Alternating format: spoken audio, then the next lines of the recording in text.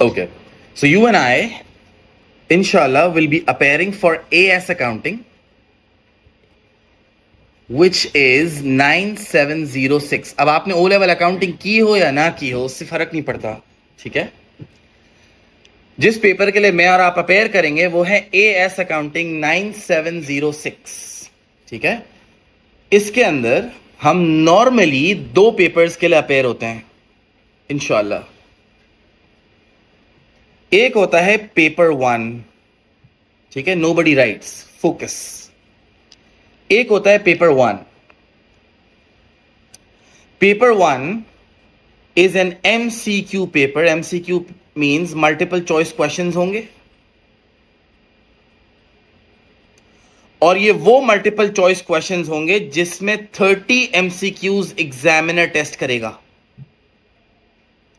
और एग्जामिनर आपको 30 marks award करेगा, and the paper time will be 1 hour, 1 घंटे का पेपर होगा। और इस MCQ पेपर के अंदर जो 1 घंटा एग्जाम में आपको देगा उसमें 30 MCQs आपको करने from the entire syllabus content. The next will be paper 2, जिसके लिए हम अपेयर करेंगे इंशाल्लाह। This is a structured question paper.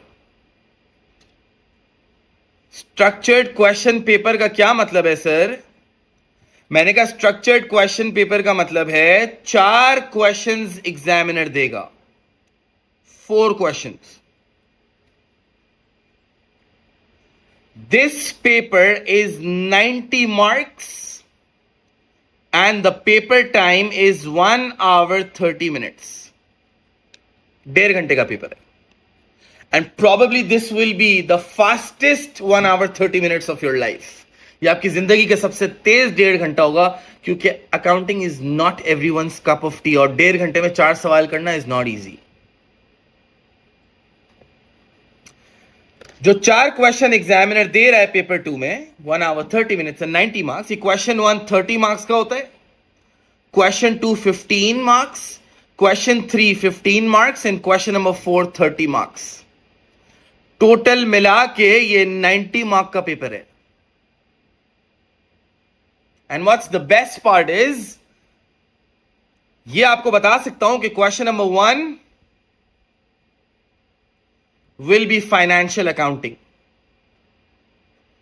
Question number 2 will also be financial accounting का सवाल। Question number 3 will also be financial accounting का सवाल। And question number 4 will be cost and management accounting, जो आप पहली बार सुन रहे हो, जिसको हम प्यार से पूरा साल कॉस्टिंग बोलते हैं। Sir what is financial and what is costing, अभी तफसील से बात होगी, जस्ट ब्रीफली। फाइनेंशियल अकाउंटिंग वो अकाउंटिंग है जो आपने ओ लेवल्स में सीखी है पूरी। जो ओ लेवल की अकाउंटिंग है उसके 3 सवाल आएंगे, और जो ए लेवल के अंदर नई चीज है जो आप पहली बार देखोगे, that is cost and management accounting, जिसको हम प्यार से कॉस्टिंग कहते हैं। ये मैंडेटरी सीक्वेंस है, ऐसा ही आता है। और जितनी जिंदगी गुजरी है, इंशाल्लाह आखिर में आपको क्वेश्चन भी बता देंगे कौन सा आएगा, टेंशन नहीं लें इंशाल्लाह।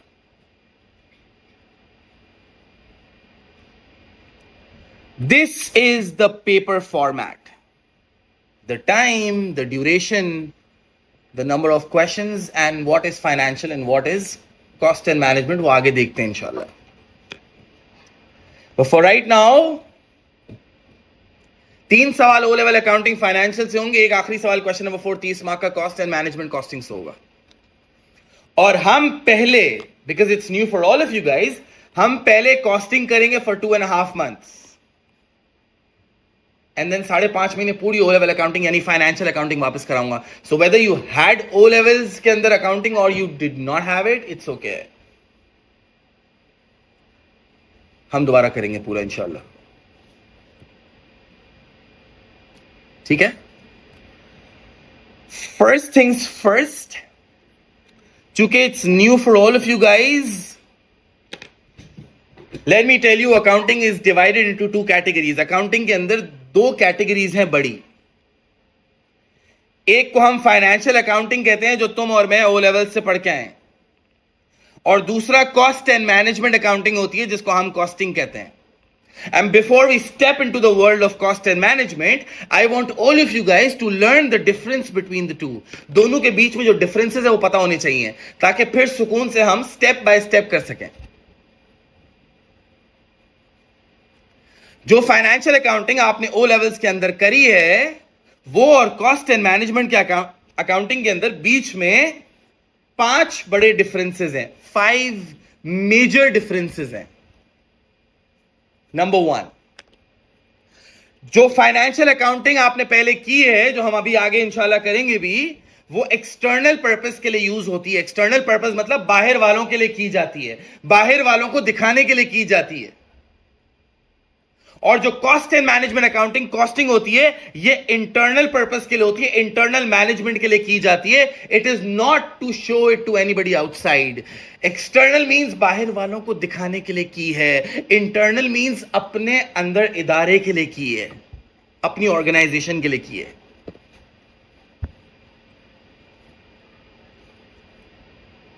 Number 2, financial accounting is used for reporting the company's performance to the relevant stakeholders. अपनी कंपनी की परफॉर्मेंस relevant stakeholders को दिखाई जाती है. आप बताओ, आपने ओ लेवल में इनकम स्टेटमेंट बनाई है, नेट इनकम आती है ना, एसओएफपी बनाई है, एसेट लायबिलिटी कैपिटल के बैलेंसेस आते हैं ना, ये स्टेक होल्डर्स को दिखाए जाते हैं. गवर्नमेंट हो गया, बैंक हो गया, पोटेंशियल इन्वेस्टर्स हो गया, शेयर होल्डर्स हो गया, डायरेक्टर्स हो गए, इन लोगों को दिखाई जाती है कि भाई ये हमारी कंपनी का प्रॉफिट है. It is used to report the company's performance to the relevant stakeholders. और कॉस्ट एंड मैनेजमेंट अकाउंटिंग की जाती है to help the managers in internal decision making. अंदर कारोबार के अंदर जो मेजर फैसले होते हैं ना डिसीजन मेकिंग के, उसके लिए कॉस्ट एंड मैनेजमेंट अकाउंटिंग की जाती है. For internal important decision making ये मैनेजर्स करते हैं और बहुत बड़े बड़े मेजर फैसले लेते हैं. देखेंगे इंशाल्लाह आगे. नंबर 3, आपको पता है financial accounting is mandatory by law. Compulsory है दुनिया की हर कंपनी को फाइनेंशियल अकाउंटिंग करना, लॉ की तरफ से लीगली मैंडेटरी आपको करनी जरूरी है, ताकि आप अपनी इंफॉर्मेशन स्टेक होल्डर्स को दिखा सको. इतनी बड़ी बड़ी कंपनीज है, पेप्सी, कोक, यूनिलीवर, आप देख सकते हैं इंटरनेट पे इनकी सारी फाइनेंशियल स्टेटमेंट्स मिल जाएंगी आपको. They are there to show it to the external stakeholders. ये मैंडेटरी बाय लॉ है, करना जरूरी है भाई, आप इससे बच नहीं सकते. जबकि cost and management accounting is not mandatory, it's not a compulsion. जरूरी नहीं आप करो, मैंडेटरी नहीं, क्योंकि दिखाना नहीं ना किसी को, but it is highly recommended. दुनिया के बड़े अकाउंटेंट्स कहते हैं कि ये करना हाईली रिकमेंडेड है. ये करो because it helps in major decision making. बड़े बड़े फैसले होते हैं ना कारोबार के, जो इंटरनल फैसले होते हैं, अभी हम देखेंगे कौन से, उसमें आपकी बहुत हेल्प करता है, इसलिए इट्स हाईली रिकमेंडेड. लॉ की तरफ से कंपल्शन नहीं है, it's not mandatory by law, compulsion नहीं है.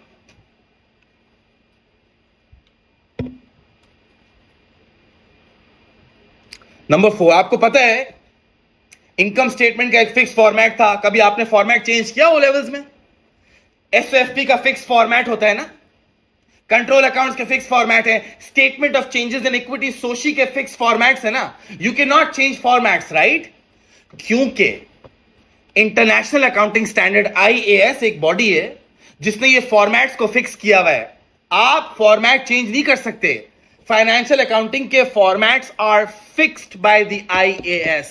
इंटरनेशनल अकाउंटिंग स्टैंडर्ड एक बॉडी है जिसने इन फॉर्मेट्स को फिक्स किया हुआ है. You can not change formats, आप फॉर्मेट चेंज नहीं कर सकते. कॉस्ट एंड मैनेजमेंट कोई फिक्स फॉर्मेट नहीं है, जैसे करना है करो, no fix formats.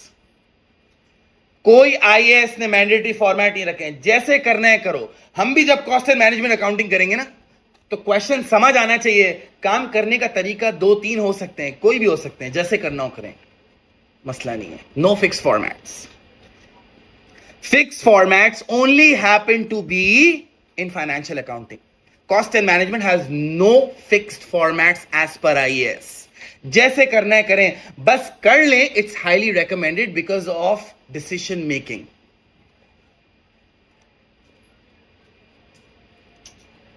And then financial accounting shows the profitability, the liquidity, कितना प्रॉफिट कमाया, कितने लिक्विड एसेट्स हैं, लाइबिलिटीज एंड कैपिटल के balances, and your financial position, आपकी कंपनी की फाइनेंशियल वर्थ और फाइनेंशियल पोजीशन क्या है, ये चीज फाइनेंशियल अकाउंटिंग दिखाती है।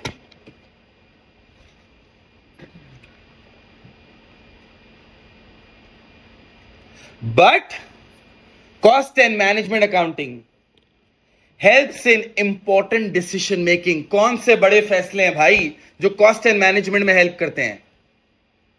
What products to produce and in what quantity, कौन सा प्रोडक्ट बनाना है और कितना बनाना है। For example Pepsi has a range of products, right?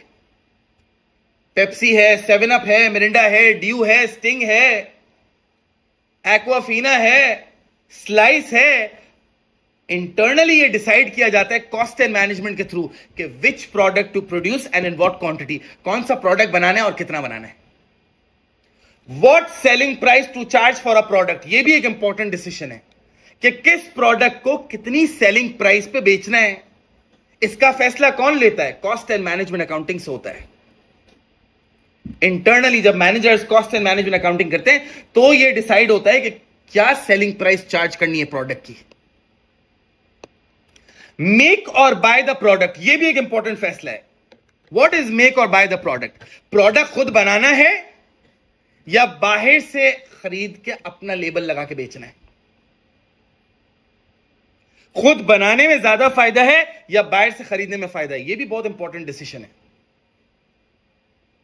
Which department of product to cease trading, कौन सा प्रोडक्ट ऐसा है जो अब आगे नहीं बनाना, बंद कर देना है, डिपार्टमेंट ही नहीं चलाना।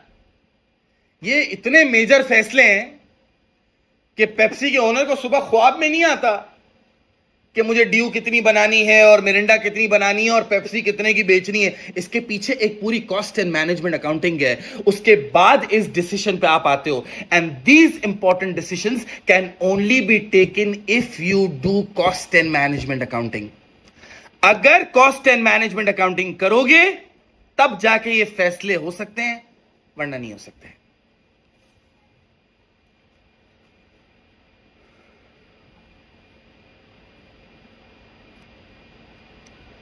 Five major differences between financial accounting and cost and management accounting. External purpose, internal purpose.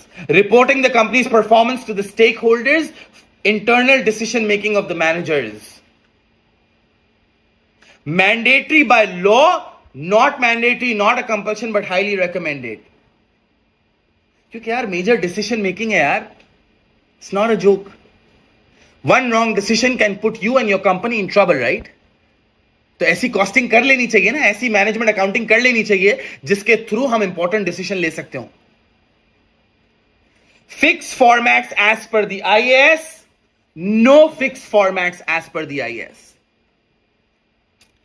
shows the profitability, liquidity and financial position of the business. उसकी net financial worth क्या है? The balance of assets, liabilities and capital.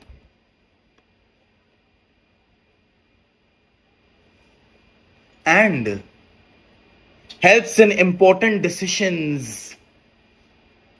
What products to produce and in what quantity? What selling price to charge for a product? Which product or department to cease trading? Make और by the product, बनाना है या फिर बाहर से खरीद लेना है? What products to produce and in what quantity under the condition of limited resources. अगर resources limited हो जो कि दुनिया में है तो कौन सा प्रोडक्ट कितना बनाना है when the resources are limited. अगर पेप्सी के पास एक लिमिटेड अमाउंट ऑफ सोडा है तो उसको ये फैसला करना है ना कि कितनी पेप्सी बनानी है, कितनी ड्यू बनानी है, कितनी स्टिंग बनानी है, कितनी 7 अप बनानी है, कितनी डाइट 7 अप बनानी है।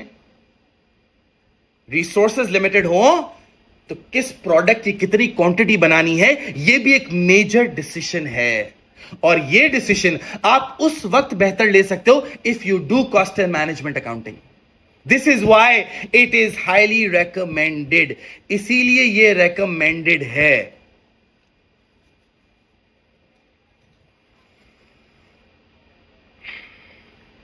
And we will start with cost and management accounting, inshallah.